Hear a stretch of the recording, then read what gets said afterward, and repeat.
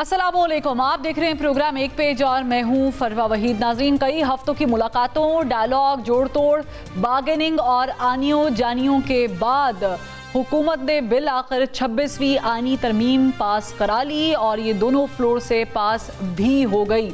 आईनी तरमीम को हुकूमत ने सेनेट से 65 वोटों की अक्सरियत से पास कराया और बादअज़ां कौमी असम्बली में 225 वोटों की अक्सरियत से पास करा लिया। वज़ीर आज़म शहबाज शरीफ ने 27 निकाती आईनी तरमीम पर दस्तखत करने के बाद असम्बली सदर मुमलिकत को भेजी, जिन्होंने आज ही इस पर दस्तखत करके आईनी तरमीम को मंजूर कर लिया की गई है। हुकूमत आईनी तरमीम पास कराने में कामयाब हो गई, मगर यहाँ पर सवाल ये है कि क्या मौजूदा आईनी तरमीम अदालती बहरान का बाइस बनेगी या फिर सियासी और आईनी केसेस के बहरान के खात्मे का बाइस बनेंगे। मैं ज्वाइन किया है सीनियर कानूनदान बैरिस्टर एतजाज़ एहसन साहब ने। बहुत शुक्रिया एतजाज़ साहब, आपने अपना कीमती वक्त निकाला। मुझे ये बताइएगा कि ये 26वीं आईनी तरमीम जो हो गई, जिसका नफाज हो गया है, इसको हम हुकूमत की फतह करार दें या बाइस खराबी करार दें? नहीं, फतह तो इसमें अगर ये है कोई सी की तो वो मौलाना फजल रहमान की है। अच्छा। और ये मैं बेदरेग अंदाज में इसको तस्लीम करता हूँ, क्योंकि मौलाना से पहले, मौलाना के पास ये मामला मुद्दा जाने से पहले जो पहला बिल था, जो बिल था जिसको लॉ मिनिस्टर को भी नहीं था पता, उससे पूछा क्या बिल पहुंचा है कि नहीं, इंफॉर्मेशन मिनिस्टर अताउल्लाह तारर को भी नहीं था पता, डिफेंस मिनिस्टर को भी नहीं था पता, और लॉ ये उस दिन इन्होंने टेबल करना था ऑन दी, और ये पहले एक दफा। हाँ जी, बिल्कुल शुरू में कल पास हुआ है ना। हाँ जी, शुरू में जी। तो ये अपने 224 बंदे बना के और 65 बना के उसमें सेनेट में ये मुतमईन थे, हमारे हम मुतमईन थे कि ये हमने पास करा लें। अब मेरा ये कोशिश रही कि मैं कन्विंस कर सकूं कुछ लीडर्स को कि ये इस पे आईनी तरमीम है, इस पे लंबी बहस होनी चाहिए, 6 महीने तक बहस करो और फिर ऐसा कुंदन निकाल के लाओ पानी में से और उसको सजाओ और फिर ये देर पा रहेगा। अब मैं आपको बताऊं, इसमें एक दो ठीक अच्छी चीज़ें और मैं उनके अप्रिशिएट करता हूं क्या है। एक ये कि हमारा वकला का दीनीना मुतालबा था। एतजाज़ साहब, मुझे ये भी साथ बताइएगा, एक तो आपने वो जो 2 पॉइंट्स हैं बता रहे थे वो प्लीज़ उसको कंटिन्यू कीजिएगा। दूसरा ये बताइएगा कि 184(3) तो कंसीडर किया जाता है कि आम आदमी की आवाज़ के लिए, क्योंकि आर्टिकल 5 मौजूद है जिसमें आप स्टेट को सरेंडर करते हैं, यानी अवामुन नास कहती है कि हम इसको मानते हैं और स्टेट को, और स्टेट उसके एवज जो है वो 184(3) में उनके हुकूक तहफ़्फ़ुज़ करती है। अब ये ले लिया गया सुप्रीम कोर्ट से, ये आईनी बेंच को दे दिया गया, ठीक किया। 5 मेंबर का जज है और जजमेंट है, तो वो 6 मेंबर बेंच उसको सेटिसाइड कर सकता है, कोई और नहीं कर सकता, कम कर। अब 5 मेंबर का ये जजमेंट जो इफ्तिखार मोहम्मद चौधरी के टाइम में आती रही, उनमें 2 जजमेंट ऐसी मैं जानता हूँ जिसमें 17 के 17 जज है, एक एनआरओ वाली और एक supreme court bar association, supreme court bar association, वो 2009 में आई, 31 जुलाई 2009, और एनआरओ वाली उसके बाद आई। अब ये 17 जजेस की जो जजमेंट है, ये 5 जज सुप्रीम कोर्ट के किस तरह इसको सेटिसाइड करें। हाँ, जो पहले था मसला, उसमें ये था कि अगर आप सुप्रीम कोर्ट के ऊपर एक सुप्रीम कोर्ट बना रहे हैं, हाँ, तो वो फिर अपील जाएगी, फिर तो चाहे 5 जज बैठ के 20 लोअर कोर्ट के जजों, सुप्रीम कोर्ट लोअर कोर्ट समझा जाएगा हो जाए, तो वो उसको सेटिसाइड कर दे। अब वो जजमेंट तो उनसे तो छुटकारा पाया ही नहीं जाता। तो आई 3 जाए और फिर एड्रेस करे इस इशू को, फिर यहाँ होना है इस मामले पर बड़ी बहस हो रही। ठीक। अच्छा एतजाज साहब एक और छोटा सवाल करना चाहूंगी आपसे। आप बड़ी अच्छी गुफ्तगू कर रहे हैं। मुझे बताएं कि अब ज़ाहिर काजी फाइज साहब के जाने का टाइम आ गया है और बड़ा करीब, आज 21 है, 25 is around the corner. 3 senior जजेस के नाम, जिसमें ज़ाहिर के मुनीब अख्तर साहब है, याया अफरीदी है, अमीनुद्दीन खान साहब हैं। आपको लग रहा है कि मुनीब अख्तर साहब के चांसेस हैं अगले चीफ जस्टिस बनने के कि नहीं है? उन्होंने आई डोंट नो कि अगर मंसूर अली शाह साहब या अफरीदी को ये 3 साल चीफ जस्टिस हो जाते हैं, 3 साल का टेन्योर उनका हो जाता है, उसके बाद उन्होंने सुप्रीम कोर्ट में होना है कि नहीं, अगर होना होगा तो he will be one of the 3 top lawyers जजेस to be selected, one of the 3 top. अब ये भी मैं आपको एक चीज बता दूं, हकीकत है कि हमारा बना था इसको खास स्ट्रक्चर पे कोई झगड़ा हो सकता है, पर ये हमारा ये भी तरीना मुतालबा रहा है कि ये अदालत को और चीफ जस्टिस को खुद और बजाते खुद ये किसी बारे में बोले ना सुओ मोटो मशहूर हुआ था। जब मैं तो वकील रहा हूँ, इफ्तिखार मोहम्मद चौधरी खातून होने, वो ये मशहूर होता था कि एक साहब एक खास अखबार में मजमून लिखते, रात को उनको कहा जाता है कि ये लिखो, और दूसरे दिन छपता है, जिस दिन छपता है उस दिन वो चीफ जस्टिस उस पर सुओ मोटो ले ले। नहीं, लेकिन मैंने आपसे ये इस तनाजुर में पूछा है क्योंकि एतजाज साहब काफ़ी खबरें आ रही हैं कि शायद मंसूर अली शाह साहब हिमसेल्फ इस्तीफ़ा पेश कर दें या वो इस रेस से बाहर हो जाएं और फिर जो उनके बाद 3 सीनियर तरीन जजेस होंगे उनके नाम जो हैं वो ज़ाहिर है कि कमेटी में जाएंगे और उसके बाद फिर एक नाम फाइनल होगा। आप समझते हैं कि इससे आइन में बेहतरी आएगी, क्योंकि कुछ लोग इसे पिक एंड चूज का नाम दे रहे हैं? नहीं, मैं नहीं समझता मंसूर अली शाह पे ये दबाव डाल सकते कि वो छोड़ दे। वो ये अलग बात है, वो सुपर सीट हो जाए और उसको चीफ जस्टिस ना बना तो फिर वो इन प्रोटेस्ट जो कि इंडियन सुप्रीम कोर्ट में भी हुआ था, हेगड़े, शीलत और ग्रोवर 3 सुप्रीम कोर्ट के जज थे और सीनियर से सिकरी से जस्टिस सिकरी से, लेकिन इंदिरा गांधी ने जस्टिस सिकरी को लगा दिया था 1972 में चीफ जस्टिस, उन तीनों को सुपरसीड कर दे। एंड द 3 जजेस Shelat, Hegde and Grover, this all 3 resign, they went home. हाँ, वो एक बात बन सकती है, मैं सोच सकता हूँ कि Mansoor Ali Shah would do it, but Mansoor Ali Shah has a chance of becoming the chief justice, and he should stay on until at least that decision is taken. अगर अमीनुद्दीन साहब को ले आते हैं, ले आती है गवर्नमेंट, तो उसमें पिक एंड चूज होगा। हम लॉयर में ये राय है कि पिक एंड चूज नहीं होना चाहिए। हम ये इसके खिलाफ, हम इसके हक में थे कि सीनियरिटी पेश करें, पर हमने जो देखा है और इस पर बड़ी हमारी ओपिनियन रिवाइज हुई है कि ये सीनियरिटी के डेट ऑफ बर्थ के सिलसिले में की वजह से कोई ऐसे जज, ऐसे मजदम आजाद अफराद चीफ जस्टिस बन जाए। मैं मिसालें आपके किस साथ हुई है, क्या कितनी दूर, जितने आप देखेंगे हर एक कोई सही जज के बाद एक मजदम आजाद। मैं एतजाज साहब कता कलामी की माफ़ी चाहूँगी, एक बहुत अहम सवाल है इस वक्त मेरे जहन में आ रहा है और वक्त की क्योंकि कमी है। मुझे सिर्फ ये बताइएगा कि इसके खिलाफ, इस तरमीम के खिलाफ इसको चैलेंज करने का भी कहा जा रहा है। अगर ये तरमीम चैलेंज होती है तो इसकी पटिशन कहाँ जाएगी? सुप्रीम कोर्ट जाएगी या उसी आईनी बेंच के पास जाएगी जो सुप्रीम कोर्ट के अंडर होगा और जिसके पास 184(3) का राइट भी है?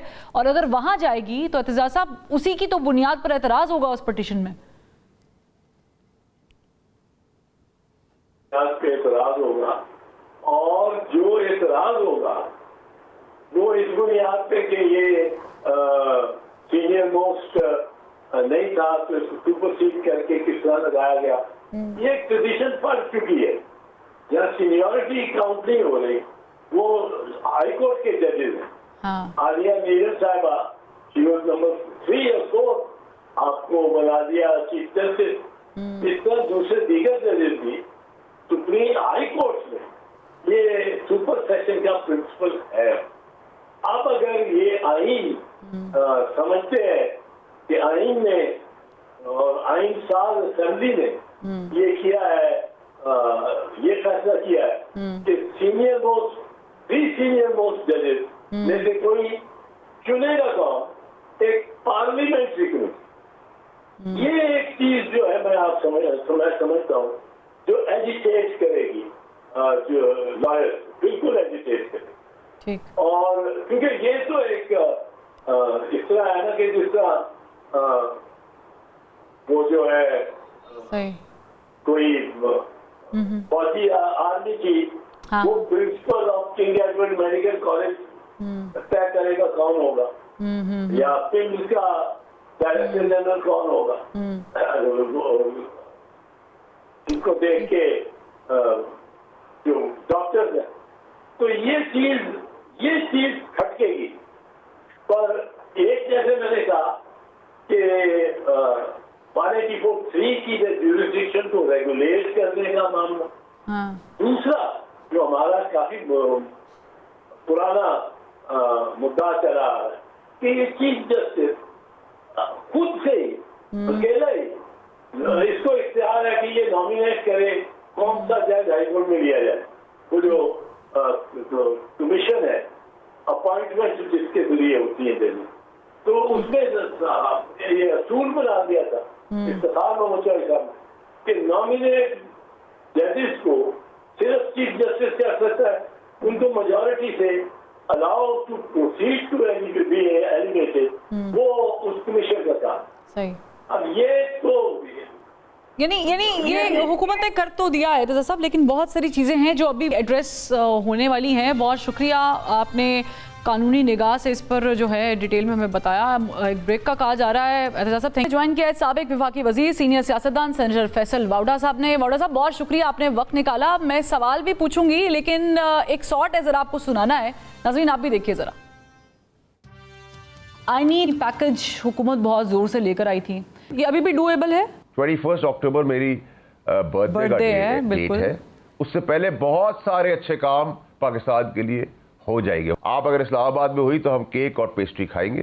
ठीक, बल्कि हम सबके साथ ये करेंगे। इत्तेफाक की बात ये कि आपकी 21 अक्टूबर को बर्थडे और 25 को एक और भी बड़ी चीज होने जा रही है। लेट्स सी कि इसके बीच में जो 2-4 दिन है ये कैसे गुजरते हैं। उससे पहले हो जाएगा सब कुछ। अच्छा, उससे पहले हो जाएगा। 21 से पहले अच्छी खबरें आ जाएगी। मैं तो फैसल वावड़ा साहब इस्लामाबाद नहीं आ सकी। आपकी बर्थडे अलबत्ता आपने सहाफ़ियों के साथ केक काट के भी गुजारी, और आपकी बर्थडे वाले दिन जो है वो 26वीं आईनी तरमीम भी पास हो गई दोनों फ्लोर से, और फिर नाफिज भी हो गई है। तो मुझे बताएं, ये हसीन इत्तेफाक है कि आपकी सालगिरह वाले दिन पाकिस्तान की तारीख में इतना बड़ा काम हो गया, या फिर आपको पहले से ही मालूम था कि ये आपकी बर्थडे वाले दिन तोहफा मिलने वाला? बहुत शुक्रिया फरवा साहिबा। देखिए, हसीन इत्तेफाक मेरे साथ होते रहते हैं और आगे भी इंशाल्लाह होते ही रहेंगे। आप इसको हसीन इत्तेफाक कह लें, इसको एक मोड़ के जंक्शन पे एक्सीडेंट कह लें, इसको एनालिसिस कह लें, इसको इन्फॉर्मेशन कह लें, इसको बिकाऊ माल कह लें, इसको कुछ भी आप कह लें, इसको आप केक और धूल कह लें, आप कुछ भी कह लें। लेकिन इंशाल्लाह आपको जो जो बातें करता जाऊँगा, करता रहा हूँ 2-2.5 साल से, वो सब चीज़ें आपके सामने हैं और आती रहेंगी। प्रॉब्लम यह है कि मैं इस ड्रामे के ख़िलाफ़ हूँ। ये थिएटर ड्रामा हो चलता है, मैं उसके ख़िलाफ़ हूँ कि कौम का वक्त ज़ाया करने वाली बात है। कलीमुल्लाह समीउल्लाह, यहाँ गोल पोस्ट, यहाँ फिर आ गया, डी में आ गया, डी से बाहर निकल गई। इस सनसनी फैलाने का कोई सेंस नहीं है, नंबर 1। नंबर 2 ये कि जब आपको पता है कि पीटीआई की पूरी लीडरशिप आपके साथ गेम का हिस्सा बन गई है, सब स्टेज है, सारा ड्रामा हो रहा है। आपने गंडापुर को देखा कि वो आया और वो केपी के हाउस चला गया, वो भी आपको पहले बताया। वो गाड़ी की डिग्गी में बैठ के चला गया, वो भी आपको बता दिया। उसके बाद अगर ये पीटीआई वाले मुखलिस होते तो वो आपको इस तरमीम के अंदर चाहे 10 वोट थे, 3 वोट थे, 4 वोट थे, खिलाफ डालते, जो अपोजिशन का काम है। उन्होंने बाइकआउट किया। बाइकआउट किया होता है smooth way, so it was all staged, number 1। Number 2 ये कि फिर उन्होंने इल्ज़ामात की सियासत की कि जी वो पहले उठा लिया, फिर बीवी को उठा लिया। चले जी, जो आपने समझदा आप समझ ले। आप कहेंगे हमने उठा लिया, बिठा लिया, लिटा लिया, करवा लिया, नंबर 1। नंबर 2 ये कि चले फिर आपने कहा कि फिर आपने सब्सिडी दिखाई। 5 पार्टियों 4 पार्टियों से घूमे हुए अपोजिशन लीडर, मेरी ज़ाती तौर पर उनकी दोस्ती है लेकिन सियासी तौर पर मेरा इख्तलाफ है, तो वो कह रहे हैं कि जी हमारे बंदे उठाए, उनको टॉर्चर किया है बदतरीन। उस टॉर्चर के अंदर नाखून निकाले एक बच्चे के, फिर उस बच्चे के उससे प्लास से उसकी चेस्ट को खींचा गया, तो भाई वो बच्चा था या टार्जन था। फिर ड्रिल से आंखों में सुराख कर दिया, कानों में तेजाब डाल दिया, ब्लेड से भेजा निकाल दिया, फिर उंगलियां काट दी, फिर हाथ काट दिए, फिर टांगे काट दी, फिर टुकड़े टुकड़े छोटे छोटे टुकड़े कर दिए, और टुकड़े के बाद फिर सर्जरी करा दी। फिर उस सर्जरी के बाद वो ठीक हो गए और उनसे कोई काम भी नहीं लिया गया, ना उनसे कोई वोट डलवाए गए। तो ये कौन ड्रामेबाजी की कहानियां अब उनकी खरीदेगा? कौम को पता है ये सब मिले हुए। मैं आपको पहले दिन से कह रहा हूं, ये सब मिले हुए, ये सब बिके हुए। इन्होंने 15 दिन तक इमरान खान साहब को पूछा नहीं। जब जरूरत पड़ी, जब इन्होंने अंडरस्टैंडिंग करके ये मुसवदे में वोट करने का इनका दिल था, ये वहां पहुंच भी गए, इनको जगह ही मिल गई। फिर 3 बंदों को जब अंदर बुलाने की बात की तो किसी ने कहा हम नहीं जाएंगे 3, हम 5 जाएंगे, वरना तो माँ बहन हो जाएगी हमारी, और हुई इनकी माँ बहन। इन्होंने कोशिश की कि 3 का ड्रामा करके इमरान खान साहब से मिले ही ना ये। तो मैं बार बार कहता रहा कि इमरान खान साहब से वो काम भी करा लिए, उनको जेल भी भिजवा दिया, उनको सजाएं भी करवा देंगे। आपने कल भी वाडा साहब आपने कल भी ये कहा है कि फॉरवर्ड ब्लॉक बन चुका है, लेकिन फिर हमने देखा कि जब बैरिस्टर गौहर साहब मौलाना फजल रहमान साहब के साथ जब बाहर आए, उन्होंने मीडिया से गुफ्तगू की, उसकी तशरीह मौलाना साहब ने वैसे बड़ी अच्छी अंदाज में की है कि इत्तेफाक राय मौजूद था मगर वो करना नहीं चाह रहे। इसे फेस सेविंग कहेंगे। ऑन दी अदर हैंड आपने कहा कि कुछ कर नहीं पाए, लेकिन अभी अली अमीन गंडापुर साहब ने कहा है हम इक़्तिदार में आए, गद्दार गद्दार होता है, हम इक़्तिदार में आए तो 26वीं आईनी तरमीम खत्म कर देंगे। अभी भी कॉन्फिडेंस उनमें मौजूद है कि वो आएंगे इक़्तिदार में? देखिए जी, वो तो इक़्तिदार में आएंगे, बैल कटेगा, बाप मरेगा, हिस्सेदारी होगी, वो किसने देखी? नंबर 1। अभी तो वो KPK का इक़्तिदार बचा ले, नंबर 1। नंबर 2 ये कि गंडापुर साहब भी आज नमूदार हुए हैं। इस पूरे 3, 4, 5, 7 दिन वो भी गायब थे। अंडरस्टैंडिंग आपको नजर नहीं आ रही। फिर आप कहते हैं आपकी PTI के लोगों को गायब कर दिया, तो भाई आपका तो अपना CM गायब हो जाता है, फिर वो नमूदार हो जाता है। फिर आप कहते हैं बीवी उठा ली, फिर कहते हैं बीवी आ गई। इतनी गलाजत की सियासत का कोई फायदा नहीं। फिर आप एक सनसनी फैलाते, टॉर्चर, प्लास, कत्ल, गारत, टुकड़े टुकड़े, कानों में तेजाब, जबान काट दी, आंखों में ड्रिल डाल दी। भाई आप टार्जन थे, फिर आपको जोड़ भी दिया, कोई प्लास्टिक सर्जन को बुलाया, उनको जोड़ दिया और खड़ा कर दिया और कहा आपसे कोई काम भी नहीं हमें लेना। ये कोई बाय करेगा इन चीजों को? फिर इन्होंने अपनी ही पार्टी के उन लोगों को बदनाम किया जो एक्चुअली इनके रास्ते का कांटा है। अब फैसल सलीम का इशू क्या है? फैसल सलीम का इशू ये है कि मेरा उससे कोई ताल्लुक नहीं है। फैसल सलीम सेनेट की कमेटी के चेयरमैन बन गए, उसके इंटीरियर के। उसकी भरपूर कोशिश की ये दीवानों ने सेनेट के अंदर के वो किसी तरह ना बने।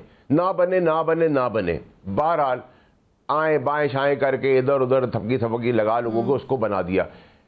डॉक्टर जक्का जो है वो खातून इसको सपोर्ट करती है फैसल को। इन्होंने कहा ये सेनेट में रस्ते का कांटा है, इसको फारिग कर दो, इस पर इल्जाम लगा दो। भाई तुमने इल्जाम लगा दिया तो वो उसने वोट तो नहीं दिया। फिर आपने 1-2 बहुत शाकार कल कारिंदे बेशरम लोगों को देखा सेनेट में। 80% तो सेनेटर में वो लोग बैठे हैं सेनेट के अंदर जिन्होंने इमरान खान के खिलाफ प्रेस कॉन्फ्रेंस की थी। तो बेशर्मो, कम से कम उसकी सीट तो छोड़ दो। अच्छा, इस पॉइंट पे एक मिनट होल्ड कीजिएगा सेनेटर साहब। इस पॉइंट पे होल्ड, आपने कहा कि फॉरवर्ड ब्लॉक बनेगा, उसे एक सीनियर आदमी लीड करेगा। कौन होगा वो? कौन लीड करेगा PTI से? मैं तो फरवा साहब, आप अगर समझती हैं कि आपका एनालिसिस, आपका चैनल, आपकी स्मार्टनेस, आपकी चालाकी, आपका इंटेलेक्ट, आपका प्रोफेशनलिज्म से मैं एक ही दफा में सब कुछ बता दूंगा, तो मैं नहीं बताऊंगा। आपकी गलतफहमी है, मैं आप लोगों से सीख गया हूं। हर चीज वक्त के टाइम पे बताऊंगा। चलें, मुझे फिर ये बता दें फैसल, बताऊंगा जो कायम होगा। चलें ठीक है, मुझे सिर्फ ये बता दें कि शुरू में जब हुकूमत ने पहली कोशिश की थी, जब आपने उसको इनकम्पिटेंट गवर्नमेंट बोला था, जब ये नहीं करा पाए थे, तब कोई 56 चीज़ें थी जो डिस्कस हो रही थी मीडिया पर मुख्तलिफ। अभी ये 27 निकाती हुआ है। मिलिट्री कोर्ट से मुताल्लिक भी कोई पैकेज आएगा इसके?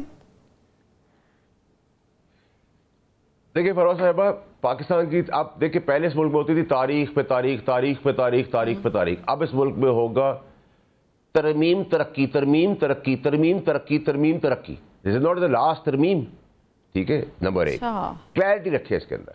दूसरी चीज है कि अभी तो मैंने तो अपनी गाड़ी की डिग्गी भी नहीं खोली और इतने ज्यादा वोट आ गए। तो मैंने तो वक्त से पहले कौम को हजाम से भी निकाल दिया। जो परेशानी कंफ्यूजन था कि वोट भी कम पूरे नहीं है, ज्यादा है। यानी आपकी डिग्गी में काफी वोट थे।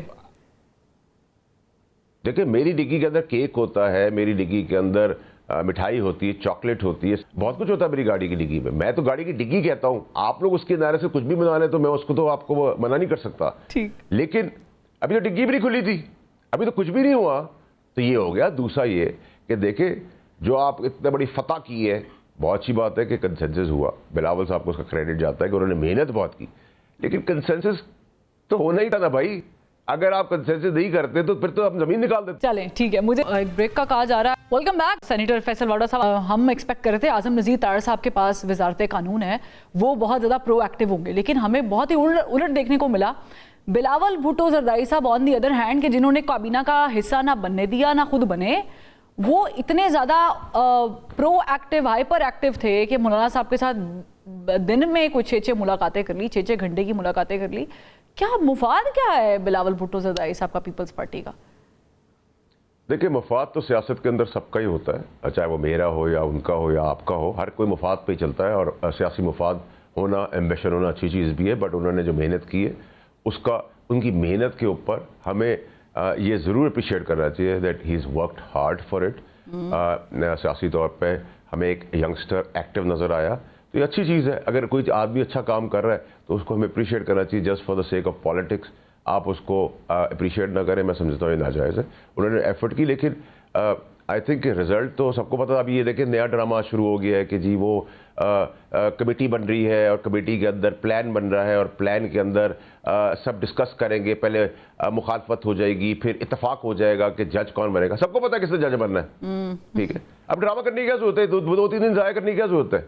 पीपल आर फेड अप, लोग तंग आ गए हैं इस सियासत से, लोगों को पता है। हमें इस वक्त से पहले, आज से पहले पता है। तो भाई जब आपको पता है तो एक एक्टिंग, ड्रामा, तमाशा, सिचुएशन, डेमोक्रेसी, ओ भाई यहाँ सबका माजी सब जानते हैं। कौम तो बहुत जानती है, जिनका माजी नहीं जानती थी वो है पीटीआई के ये बिकाऊ माल भगौड़े जो बाइकआउट करके भाग गए, जो इमरान खान की पार्टी और इमरान खान को बेच रहे हैं। इनकी अकाउंटेबिलिटी होनी चाहिए। और जो लोग इमरान खान से प्यार करते हैं वो इनसे पूछे। देखिए ना, 18 अक्टूबर को इन्होंने मुल्क गिर एहतजाज किया, खुद एक बंदा नहीं बाहर निकला। कल आपने उमर अय्यूब साहब की तकरीर के अंदर सच आप दिल पे हाथ रख के बताए कि उनकी बॉडी लैंग्वेज कुछ और थी, दिमाग कुछ और था, शक्ल का एक्सप्रेशन कुछ और था, जबान कुछ और थी। जबकि गौहर साहब इस पे शेर भी है ना कि डिबेट चेहरा वेख शाकिर हालात ना पूछ, वो तो ये वाला हिसाब था। लेकिन आपने कहा कि सबको पता है। मुझे बताएं कि याया अफरीदी हैं, अमीनुद्दीन खान साहब हैं, क्यों मुनीब अख्तर साहब तो डाउट में चले गए ना 3 मोस्ट सीनियर में? देखिए फरमा साहब, पता तो आपको भी है, ऐसा नहीं कि आपको भी नहीं पता, लेकिन आप मेरे मुंह से करवाएं पर आप कह सकते हैं, मैं कह नहीं सकती ना। देखिए, मैं भी अदालतों की इज्जत करता हूँ, ना उससे आगे कुछ करता हूँ, ना उससे पीछे, ना उससे दाएं, ना उससे बाएं, बस इज्जत करता हूँ। चले, मुझे फैसल वाडा साहब ये बताएं कि इसका क्रेडिट मैं किसको दूं, इस 26वीं आईनी तरमीम का? हुकूमत को दूं जिसको आपने इनकम्पिटेंट बोला था, बिलावल भुट्टो जरदारी को दूं जिन्होंने बहुत ज़्यादा मेहनत की, मौलाना फजल रहमान साहब को दूं कि जो हमेशा ये कहते रहे कि नहीं करते, फिर कह दिया कर लेते हैं, या फिर मैं आपको दूं? इसका क्रेडिट का नाम है सिकंदर। इसको आप सजना भी कह सकते हैं, आप इसको बाप का बाप भी कह सकते हैं, इसको आप कुछ भी कह सकते हैं, आपकी मर्जी है, whatever you want to name it. नहीं, आप इसका क्रेडिट किसको देंगे? क्रेडिट समझता हूँ, मैंने तो बता दिया। आप समझते हैं कि मैंने एक ट्वीट किया था। प्लीज नहीं, देखिए, मैं तो फरवा साहब, आप don't put words in my mouth. मैं तो कुछ नहीं ऐसा कह रहा। जो मैं कह रहा हूँ आप बहुत गौर से समझ रही हैं, और आवाम आपसे ज़्यादा तेज और मुझसे तेज समझ रही है। मैं बड़ा क्लियर हूँ अपनी जिंदगी करता। मैं ढकी जो बहनेगा, बाप का बाप अब कई सालों तक इस मुल्क में नहीं बनेगा। ठीक, जब आप दीवार से लगाएंगे हमें, तो हम छत से लगा देंगे आपको। सही, सीधा फॉर्मूला है, ठीक है। तो मुझे फिर ये बताएं कि अब इस तरमीम के बाद जो दीगर तरमीम आने वाली है मिलिट्री कोड्स की, जिसकी तरफ आपने इशारा भी कर दिया है, इमरान खान साहब का मुस्तकबिल तारीख में चला गया? मैं तो आपको बहुत पहले से कह रहा हूँ कि कानूनी और दुनियावी तौर पे उनको फंसा दिया है इन पार्टी के लोगों ने। जो 0.001% टनल में लाइट थी वो भी उन्होंने ख़त्म कर दी है।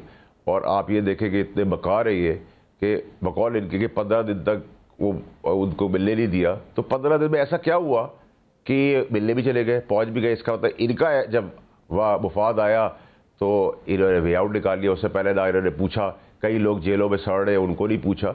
ये सब ड्रामेबाज एक्टर है। जब मैंने आपको कहा ना, अगर डिग्गी खुलती तो ये पहली तरमीम होती पाकिस्तान की हिस्ट्री के अंदर कि इसमें 2/3 मेजॉरिटी को बाय फार पीछे छोड़ा जाता। मैं इतना कॉन्फिडेंट क्यों था?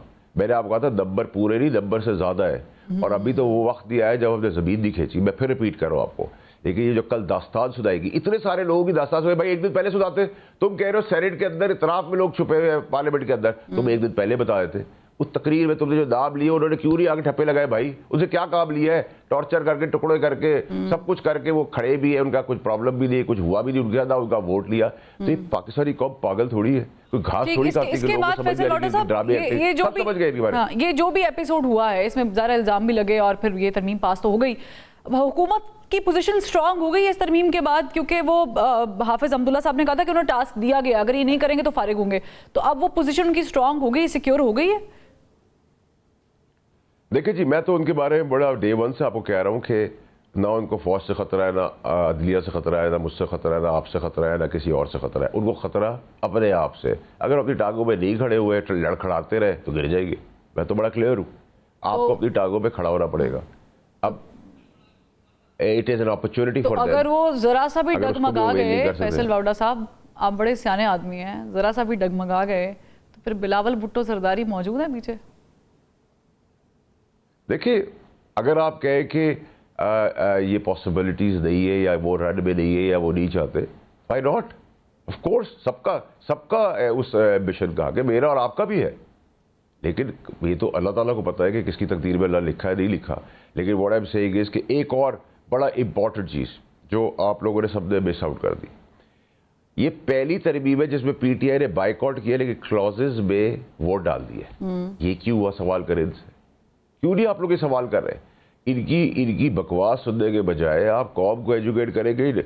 वो जो 9 मई के अंदर बच्चे फंसे हुए हैं, जिनके माँ बाप रुल गए, ये ढाई के अंदर, ये किसी जल से जुलूस में बाहर नहीं है, किसी सेक्रीफाइस में बाहर नहीं है। गाड़ियां, पर्क, ट्रैवलिंग, टिकट्स, बेशरम इमरान खान की खिलाफ करके भी बैठे हुए कुर्सियों को। हमने तो कुर्सी भी मुंह पे मारी, हमें तो अरूज पे निकाला गया, अब तो बुरे वक्त में नहीं छोड़ के गए।